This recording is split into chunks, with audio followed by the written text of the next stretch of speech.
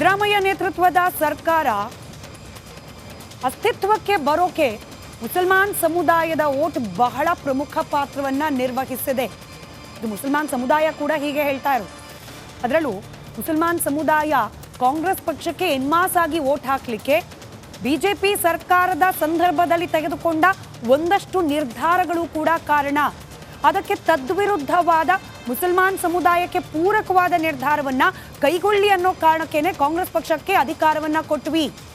ಮುಸಲ್ಮಾನ್ ಮುಖಂಡರು ಮಾತನಾಡ್ತಿದ್ದಾರೆ. ಹಿಜಾಬ್ ವಿಚಾರದಲ್ಲೂ ಇದೇ ವಾದ.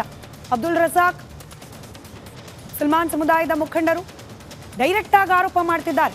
ನಿಮಗೆ ವೋಟ್ ಹಾಕಿದ್ದೇನೆ ಮುಸಲ್ಮಾನ್ ಸಮುದಾಯ, ನಿಮ್ಮ ಪಕ್ಷ ಸರ್ಕಾರ ಬಂದ ಮೇಲೆ ಈ ಹಿಜಾಬ್ ಬ್ಯಾನ್ ಅನ್ನ ತೆಗೆದುಹಾಕ್ಲಿ ಅಂತ ಹೇಳಿ ವೋಟ್ ಹಾಕಿದ್ವಿ, ನಿಮ್ಮನ್ನು ಗೆಲ್ಸಿದ್ವಿ, ಅಧಿಕಾರಕ್ಕೆ ತಂದ್ವಿ, ಮರ್ತು ಕೂತಿದ್ದೀರಲ್ಲ ಭರವಸೆ ಈಡೇರಿಸಿ. ಮತ್ತೆ PUC ಎಕ್ಸಾಮ್ ಬರ್ತಾ ಇದೆ. PU ಕಾಲೇಜಿನಲ್ಲೇ ಅಲ್ವಾ ಪ್ರಾರಂಭವಾಗಿದ್ದು ಇವೆಲ್ಲ ಗಲಾಟೆ. PU ಎಕ್ಸಾಮ್ ಬರ್ತಾ ಇದೆ. PUC ಎಕ್ಸಾಮ್ನಲ್ಲಿ ಮುಸಲ್ಮಾನ್ ಸಮುದಾಯದ ಹೆಣ್ಣು ಮಕ್ಕಳು ಹಿಜಾಬನ್ನ ಧರಿಸಿ ಪರೀಕ್ಷೆಯನ್ನ ಬರಿಬೇಕು. ಹಾಗೂ ಮಾಡಲೇಬೇಕು ಸರ್ಕಾರ. ಸುಪ್ರೀಂ ಕೋರ್ಟ್ನಲ್ಲಿ ಇದ್ರೂ ಕೂಡ ಸರ್ಕಾರ ಡಿಸಿಷನ್ ಅನ್ನ ತಗೊಂಡು ಸುಪ್ರೀಂ ಕೋರ್ಟ್ನಲ್ಲಿ ನಡೀತಾ ಇರುವ ಈ ಮ್ಯಾಟರ್ ಅನ್ನ ಸರ್ಕಾರ ಮತ್ತೆ ಮುನ್ನೆಲೆಗೆ ತರಬೇಕು. ಹೇಗಾದ್ರೂ ಮಾಡಿ ತಾನು ಕೊಟ್ಟ ಭರವಸೆಯನ್ನ, ತಾನು ಕೊಟ್ಟ ಮಾತನ್ನ ಈಡೇರಿಸಬೇಕು ಅಂತ ಹೇಳಿ ಒತ್ತಡವನ್ನ ಹಾಕಿದ್ದಾರೆ. ಆ ಮೂಲಕ ಸಿದ್ದರಾಮಯ್ಯ ನೇತೃತ್ವದ ಸರ್ಕಾರಕ್ಕೆ ಇದೀಗ ಮತ್ತೊಂದು ಸಂಕಷ್ಟ ಶುರುವಾಗಿದೆ. ಈ ಕುರಿತಾದ ಒಂದು ವರದಿ ನಿಮ್ಮ ಮುಂದೆ.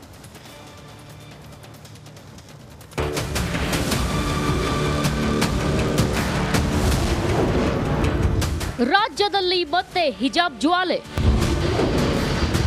PUC ಪರೀಕ್ಷೆಯಲ್ಲಿ ಹಿಜಾಬ್ಗೆ ಅವಕಾಶ.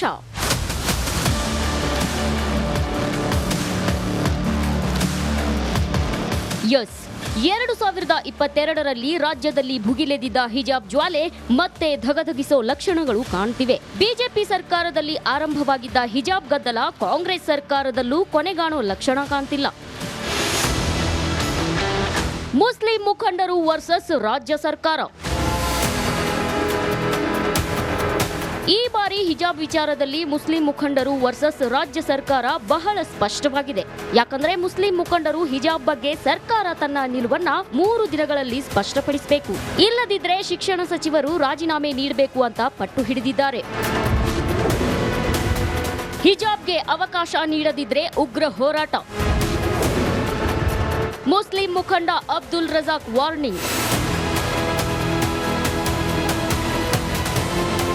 ಕಾಂಗ್ರೆಸ್ ಹಿಜಾಬ್ ಪರವಾಗಿಯೇ ಇದೆ. ಇದೇ ಕಾರಣಕ್ಕೆ ನಾವು ಆ ಪಕ್ಷಕ್ಕೆ ಮತ ಹಾಕಿದ್ದೇವೆ. ಆದ್ರಿಂದ ಹಿಜಾಬ್ಗೆ ಪರ್ಮಿಷನ್ ಕೊಡಬೇಕು ಅಂತ ಮುಖಂಡ ಅಬ್ದುಲ್ ರಜಾಕ್ ಕಿಡಿಕಾರಿದ್ದಾರೆ.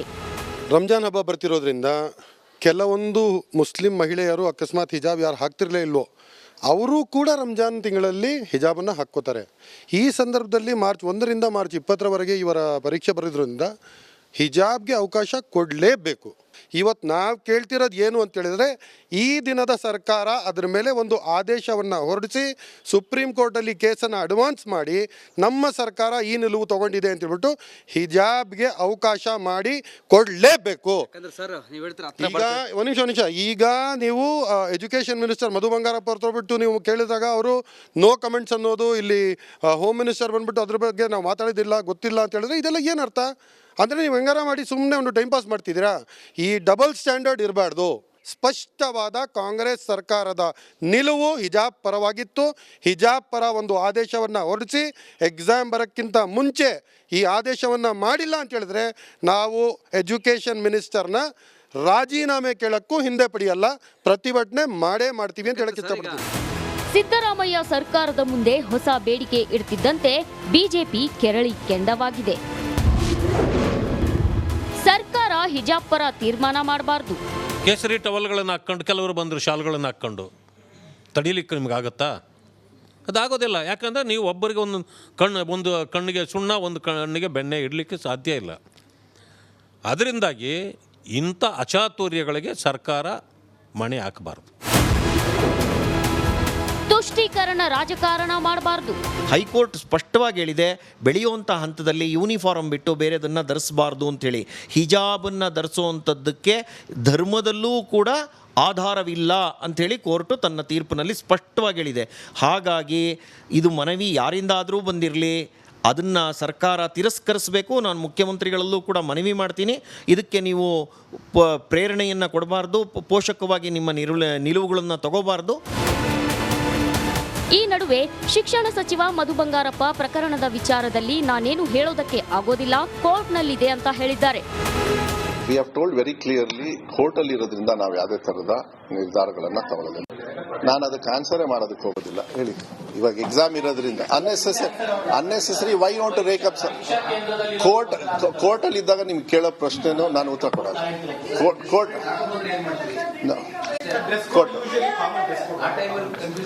ಅಲೌಡ್ ಕೋರ್ಟಲ್ಲಿ ಏನಿದೆ ಅದು ಮಾತ್ರ ಇರ್ತದೆ, ಒಟ್ಟು ಮತ್ತಿನ್ನೇನು ಇರಲ್ಲ.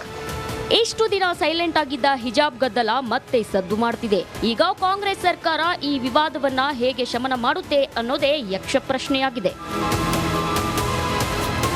Bureau report, republic Kannada. ಈ ಹಿಜಾಬ್ ಹಗರಣ ಅಥವಾ ಹಿಜಾಬ್ ವಿಚಾರದಲ್ಲಾದ ರಗಳೆ ಏನು ಅನ್ನೋದನ್ನ ಕ್ವಿಕ್ ಆಗಿ ಒಂದ್ಸತಿ ರೀಕಾಲ್ ಮಾಡೋಣ. ಉಡುಪಿಯಲ್ಲಿ ಫೆಬ್ರವರಿ 2022 ಹಿಜಾಬನ್ನು ಧರಿಸಿ ಕಾಲೇಜಿಗೆ ಬರ್ತಾ ಇದ್ದ ವಿದ್ಯಾರ್ಥಿನಿಯರಿಗೆ ಕಾಲೇಜಿನ ಆಡಳಿತ ಮಂಡಳಿ ತಾಕೀತು ಮಾಡುತ್ತೆ.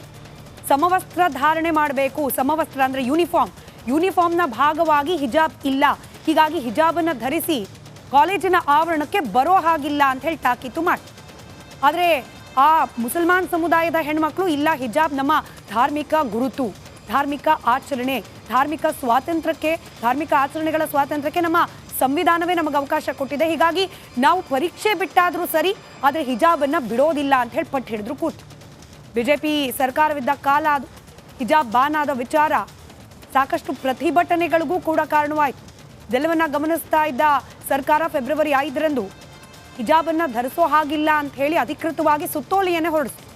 ಸಮವಸ್ತ್ರ ಕಡ್ಡಾಯ ಅನ್ನೋ ಆದೇಶ ಸರ್ಕಾರದ ಕಡೆಯಿಂದ ಹೊರಬಿತ್ತು. ಅದು ಈ ಪ್ರತಿಭಟನೆಗಳು ಮತ್ತಷ್ಟು ತೀವ್ರವಾಗ್ಲಿಕ್ಕೆ ಕಾರಣ ಆಯಿತು. ಹಿಜಾಬ್ ಪರ, ಹಿಜಾಬ್ ವಿರುದ್ಧ ಎರಡೂ ಕಡೆಗಳಲ್ಲೂ ಕೂಡ ಪ್ರತಿಭಟನೆ ಪ್ರಾರಂಭವಾಯಿತು. ಅದರಲ್ಲೂ ಪ್ರಮುಖವಾಗಿ ಮುಸ್ಲಿಂ ಸಮುದಾಯದ ಹೆಣ್ಮಕ್ಳು ಹಿಜಾಬ್ ಹಾಕೊಂಡು ಬಂದರೆ ನಾವು ಹಿಂದೂ ವಿದ್ಯಾರ್ಥಿಗಳು ಕೇಸರಿ ಸ್ಕಾರ್ಫ್ ಹಾಕೊಂಡು ಬರ್ತೇವೆ, ಕೇಸರಿ ಶಾಲ್ ಹಾಕೊಂಡು ಬರ್ತೇವೆ ಅಂತ ಹೇಳಿ ಪ್ರತಿಭಟನೆ ಮಾಡ್ತಾ ವಿದ್ಯಾರ್ಥಿಗಳು ಇನ್ಫ್ಯಾಕ್ಟ್ ಕೇಸರಿ ಶಾಲನ್ನು ಹಾಕೊಂಡು ಕಾಲೇಜು ಹಾಗೆ ಶಾಲೆಗಳಿಗೆ ಬಂದರೂ ಕೂಡ ಮುಸ್ಲಿಂ ವಿದ್ಯಾರ್ಥಿಗಳಿಂದ ಹೈಕೋರ್ಟ್ನಲ್ಲಿ ಅರ್ಜಿ ಸಲ್ಲಿಕೆ ಆಯಿತು. ಫೆಬ್ರವರಿ 10ರಂದು ಹೈಕೋರ್ಟ್ನಿಂದ ಮಧ್ಯಂತರ ಆದೇಶ ಬಂತು. ನಂತರದಲ್ಲಿ ಸಂಪೂರ್ಣ ಆದೇಶ ಕೂಡ ಬಂತು. ಯಾವುದೇ ಧಾರ್ಮಿಕ ಉಡುಪು, ಕೇವಲ ಹಿಜಾಬ್ ಮಾತ್ರವಲ್ಲ, ಯಾವುದೇ ಧಾರ್ಮಿಕ ಉಡುಪನ್ನು ಸಮವಸ್ತ್ರ ಕಡ್ಡಾಯ ಇರುವ ಶಾಲೆ ಕಾಲೇಜಿನ ಆವರಣದಲ್ಲಿ ಧರಿಸುವ ಇಲ್ಲ ಅಂತ ಹೇಳಿ ಕೋರ್ಟ್ ತೀರ್ಪನ್ನು ನೀಡಿತು. ಸದ್ಯಕ್ಕೆ ಇದು ಸುಪ್ರೀಂ ಕೋರ್ಟ್ನಲ್ಲಿದೆ ಹಿಜಾಬ್ನ ಪ್ರಕರಣ. ಆದರೆ ಇದೀಗ ಕಾಂಗ್ರೆಸ್ ಸರ್ಕಾರ ರಚನೆಯಾದ ನಂತರದಲ್ಲಿ ತಕ್ಷಣಕ್ಕೆ ಹಿಜಾಬ್ ಮೇಲಿರುವ ಬ್ಯಾನನ್ನು ತೆಗೆದುಹಾಕಬೇಕು, ಹಿಜಾಬ್ ಧರಿಸಲಿಕ್ಕೆ ಇಚ್ಛಿಸುವ ಹೆಣ್ಣು ಮಕ್ಕಳಿಗೆ ಅದಕ್ಕೆ ಅವಕಾಶ ಕೊಡಬೇಕು ಅಂತ ಹೇಳಿ ಮತ್ತೊಮ್ಮೆ ಆಗ್ರಹ ಪ್ರಾರಂಭವಾಗಿದೆ. ಈ ಹಿಜಾಬ್ ಗಲಾಟೆ ಪ್ರಾರಂಭವಾದ ಸಂದರ್ಭದಲ್ಲಿ ಬಹಳ ದೊಡ್ಡ ಮಟ್ಟಿಗೆ ಸದ್ದು ಮಾಡಿದವರು ಹಾಗೆ ಹಿಜಾಬ್ನ ವಿರುದ್ಧವಾಗಿ ಮಾತನಾಡಿದವರು ಯಶ್ಪಾಲ್ ಸುವರ್ಣ. ಇನ್ಫ್ಯಾಕ್ಟ್ ಆ ಕಾಲೇಜಿನ ಆಡಳಿತ ಮಂಡಳಿಯ ಸದಸ್ಯರು ಕೂಡ ಆಗಿದ್ರು, ಸದ್ಯಕ್ಕೆ ಶಾಸಕರು ಮಾತನಾಡಿದ್ದಾರೆ. ಈಗ ಮತ್ತೊಮ್ಮೆ ಡಿಮ್ಯಾಂಡ್ ಬಂದ ನಂತರದಲ್ಲಿ ಹಾಗೆ ಹುಬ್ಬಳ್ಳಿಯಿಂದ ಅಲ್ತಾಫ್ ಹಳ್ಳೂರ್ ಅವರು ಕೂಡ ಪ್ರತಿಕ್ರಿಯೆ ನೀಡಿದ್ದಾರೆ. ಏನು ಮಾತನಾಡಿದ್ದಾರೆ ಗಮನಿಸೋಣ.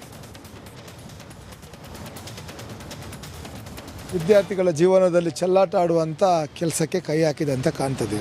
ಯಾಕೆಂದರೆ ಕಳೆದ 2 ವರ್ಷದಿಂದ ಯಾವುದೇ ಅಭಿವೃದ್ಧಿಗಳಿಗೆ ಅನುದಾನಗಳನ್ನು ಬಿಡುಗಡೆ ಮಾಡದೆ, ಅನುದಾನದ ಬಗ್ಗೆ ಚಿಂತನೆಗಳನ್ನು, ಅಭಿವೃದ್ಧಿ ಬಗ್ಗೆ ಚಿಂತನೆಗಳು ಮಾಡದೆ, ಸರ್ಕಾರದ ವೈಫಲ್ಯದ ಕೆಲವು ವಿಚಾರಗಳು ಜನರು ಚರ್ಚೆ ಮಾಡೋ ಸಂದರ್ಭದಲ್ಲಿ ಈ ರೀತಿಯ ವಿಚಾರಗಳನ್ನು ಜನರ ಮುಂದೆ ತಂದು ಅದನ್ನು ಡೈವರ್ಟ್ ಮಾಡುವಂಥ ಕೆಲಸ ಕಳೆದ 1.5 ವರ್ಷದಿಂದ ನಿರಂತರವಾಗಿ ಆಗ್ತೊಂಡು ಮತ್ತೊಮ್ಮೆ ಈ ಒಂದು ಪ್ರಸಂಗಕ್ಕೆ ಕೈ ಹಾಕಿದ್ದು ವಿದ್ಯಾರ್ಥಿಗಳ ಜೀವನದಲ್ಲಿ ಚೆಲ್ಲಾಟ ಆಡುವಂಥ ಕೆಲಸಕ್ಕೆ ಕೈ ಹಾಕಿದೆ ಅಂತ ಕಾಣ್ತದೆ. ಯಾಕೆಂದರೆ ಎಲ್ಲರಿಗೂ ಈ ದೇಶದಲ್ಲಿ ಸ್ವತಂತ್ರ ಇದೆ. ನಾವು ಏನು ತಿನ್ನಬೇಕು, ಏನು ಅರ್ಬಿ ಹಾಕೋಬೇಕು, ಹ್ಯಾಂಗಿರಬೇಕು, ಹ್ಯಾಂಗಿಲ್ಲ ಅಂಥೇಳಿ ಇವರು ನಮ್ಮ ತಿನ್ನೋದ್ರ ಮ್ಯಾಗನೇ ಅಟ್ಯಾಕ್ ಮಾಡತ್ತಾರ. ಹಲಾಲ್, ಹರಾಮ್, ಝಟಕ ಅಂಥೇಳಿ.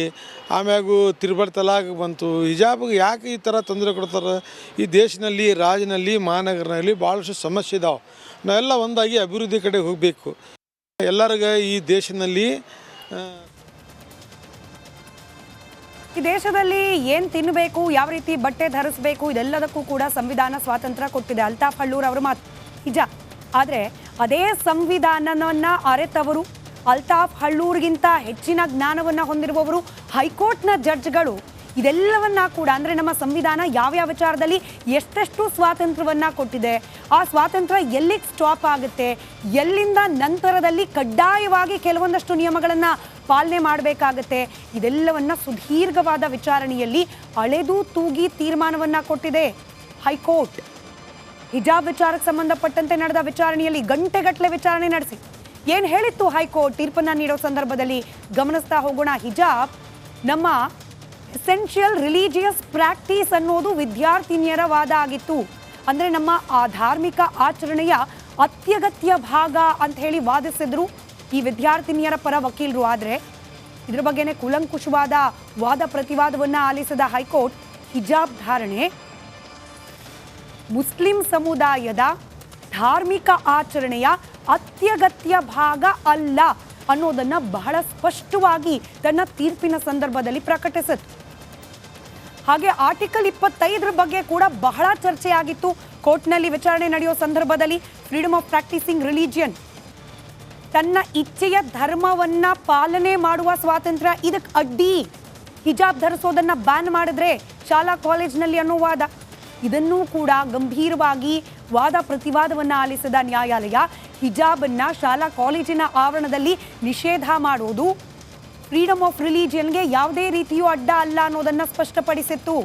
ಇದರ ಜೊತೆಗೆ ಸಮವಸ್ತ್ರ ಕಡ್ಡಾಯ ಅನ್ನೋದಿದೆಯಲ್ಲ, ಯೂನಿಫಾರ್ಮ್ ಕಡ್ಡಾಯ ಅನ್ನೋದಿದೆಯಲ್ಲ, ಅದು ನಮ್ಮ ಸಂವಿಧಾನದ ಆರ್ಟಿಕಲ್ 19 ಹಾಗೆ 21ರ ಉಲ್ಲಂಘನೆ ಅಂತ ಹೇಳಿ ವಾದವನ್ನು ಮಾಡಿದ್ರು ಈ ಮುಸಲ್ಮಾನ ವಿದ್ಯಾರ್ಥಿನಿಯರ ಪರ ವಕೀಲರು. Article 19 freedom of speech and expression, ಹಾಗೆ ಆರ್ಟಿಕಲ್ 21 ರೈಟ್ ಟು ಪ್ರೈವಸಿ. ಆದರೆ ಸಮವಸ್ತ್ರವನ್ನು ಧರಿಸಿ ಅನ್ನೋದು ಇದು ಯಾವುದರ ಉಲ್ಲಂಘನೆಯೂ ಅಲ್ಲ ಅಂತ ಹೇಳಿ ಕೋರ್ಟ್ ಬಹಳ ಕ್ಲಿಯರ್ ಕಟ್ಟಾಗಿ ಹೇಳಿತ್ತು.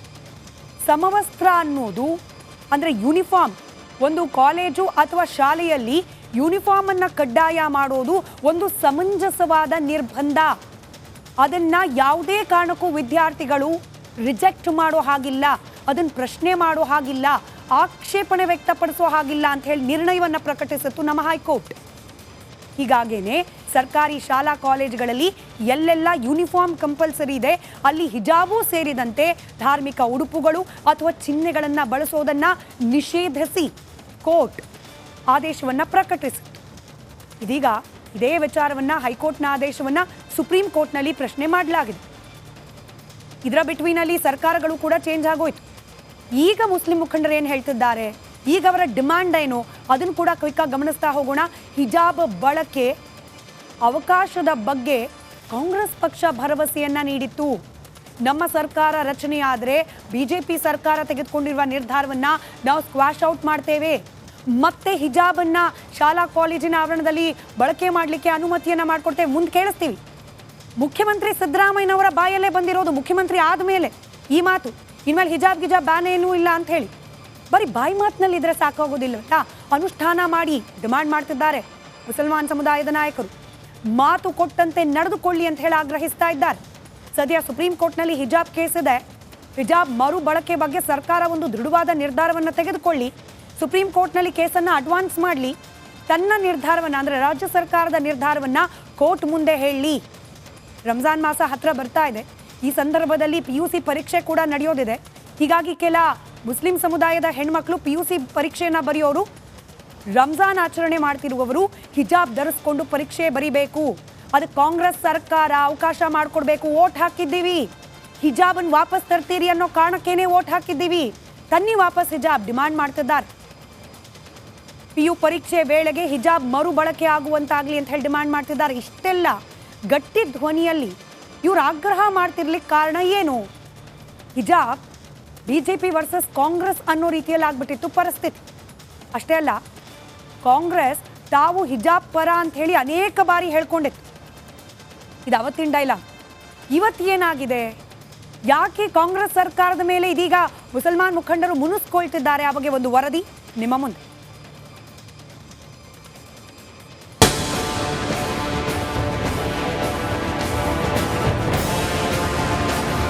ಹಿಜಾಬ್ ಕಡಲ ತಡಿಯಲ್ಲಿ ಧಗ ಧಗ ಅಂತ ಹೊತ್ತಿ ಉರಿದ ವಸ್ತ್ರ ಕೋಲಾಹಲ ಇದೀಗ ಮತ್ತೆ ಸದ್ದು ಮಾಡ್ತಿದೆ. ಹಿಜಾಬ್ಗೆ ಕೈ ಕೊಟ್ರ ನಾಯಕರು.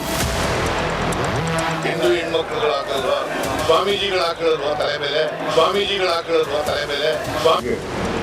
ಈ ದೇಶದಲ್ಲಿ ಸಂವಿಧಾನದಲ್ಲಿ ತಂದೆ ಆದಂತ ಒಂದು ಹಕ್ಕಿದೆ. ಹೌದು, ಹಿಜಾಬ್ ಪರವಾಗಿ ನಿಲ್ಲೋದಾಗಿ ಹೇಳಿ ಕಾಂಗ್ರೆಸ್ ಗದ್ದುಗೆ ಏರಿದೆ. ಆದ್ರೆ ಇದೀಗ ಮಧು ಬಂಗಾರಪ್ಪ ಕೇಸ್ ಕೋರ್ಟ್ ನಲ್ಲಿದೆ ಅಂತ ಹೇಳಿ ನುಣುಚಿಕೊಳ್ಳೋ ಕೆಲಸ ಮಾಡಿದ್ದಾರೆ. ಹಾಗಾದ್ರೆ ಅಂದು ಕೇವಲ ಓಲೈಕೆಗಾಗಿ ಹಿಜಾಬ್ ಪರ ಅಂತ ಹೇಳ್ಕೊಂಡು ಬಂದ್ರ ಅನ್ನೋ ಅನುಮಾನ ಮೂಡ್ತಾ ಇದೆ. ಹಿಜಾಬ್ ಅದು ವಾಪಸ್ ತಗೊಂಡ್ಬಿಡ್ತೀವಿ, ಏನ್ ಹಿಜಾಬ್ ಇಲ್ಲ ಈಗ. ಹಿಜಾಬ್ ಬ್ರದರ್ ಅಂತ ಹೇಳಿ ಚೂರಿ ಹಾಕಿದ್ರ. 2023ರ ವಿಧಾನಸಭಾ ಚುನಾವಣೆಗೂ ಮುನ್ನ ರಾಜ್ಯದಲ್ಲಿ ಹಿಜಾಬ್ ಕಿಚ್ಚು ಹೆಚ್ಚಿತ್ತು. ಆಗ ಕಾಂಗ್ರೆಸ್ ನಮಗೆ ಅಧಿಕಾರ ಸಿಕ್ಕಿದ್ರೆ ಹಿಜಾಬ್ ಪರ ನಿಲ್ಲೋದಾಗಿ ಹೇಳಿದ್ರು. ಅವರ ಭಾವನೆ ಯಾವ ರೀತಿ, ಅವರವರ ಧರ್ಮಗಳ ರಕ್ಷಣೆ ಕೂಡ ಎಲ್ಲರಿಗೂ ಕೂಡ ಅವಕಾಶ ಇದೆ. ಆದರೆ ಇಲ್ಲಿ ಸಮವಸ್ತ್ರ ವಿಚಾರದಲ್ಲಿ ಯಾರಿಗೂ ಕೂಡ ನಿರ್ಬಂಧ ಇಲ್ಲ. ಅಲ್ಲದೆ ನಮ್ಮ ಬ್ರದರ್ಗಳಿಗೆ ಯಾವುದೇ ತೊಂದರೆ ಆಗದಂತೆ ವೈಯಕ್ತಿಕ ಕಾನೂನು ರಕ್ಷಣೆ ನೀಡುವುದಾಗಿ ಖುದ್ದು ಸಿದ್ದರಾಮಯ್ಯ ಅವರೇ ಹೇಳಿದ್ರು. ಆದರೂ ಕೂಡ ಇವತ್ತು ಅವರ ಹಕ್ಕು, ಎಲ್ಲ ಧರ್ಮದವ್ರಿಗೂ ಕೂಡ ಅವರವರ ಉಡುಪುಗಳನ್ನ ಧರಿಸ್ಕೊಳ್ಬೇಕಾದಂಥದ್ದು ಅವರ ಹಕ್ಕು, ಅವರ ರಕ್ಷಣೆ ಮಾಡ್ಕೊಳ್ತಕ್ಕಂಥದ್ದು ಕೂಡ ಅವ್ರ ಹಕ್ಕು. ಸೊ ಹಾಗಾಗಿ ಮುಖ್ಯಮಂತ್ರಿಗಳು ಅದಕ್ಕೆ ಸ್ಪಂದಿಸ್ತಾ ಇರ್ಬೋದು. ಏನೇ ಹೇಳಿ ಅಂದು ಕೊಟ್ಟ ಮಾತಿನಂತೆ ಇಂದು ಕಾಂಗ್ರೆಸ್ ನಡ್ಕೊಳ್ತಾ ಇಲ್ವಾ, ಅಥವಾ ಕೇವಲ ಓಲೈಕೆಗಾಗಿ ಆ ರೀತಿ ಹೇಳಿಕೆ ಕೊಟ್ರ ಅನ್ನೋದನ್ನ ಭರವಸೆಯನ್ನ ನಂಬಿದವರೇ ಅರ್ಥ ಮಾಡಿಕೊಳ್ಳಬೇಕು.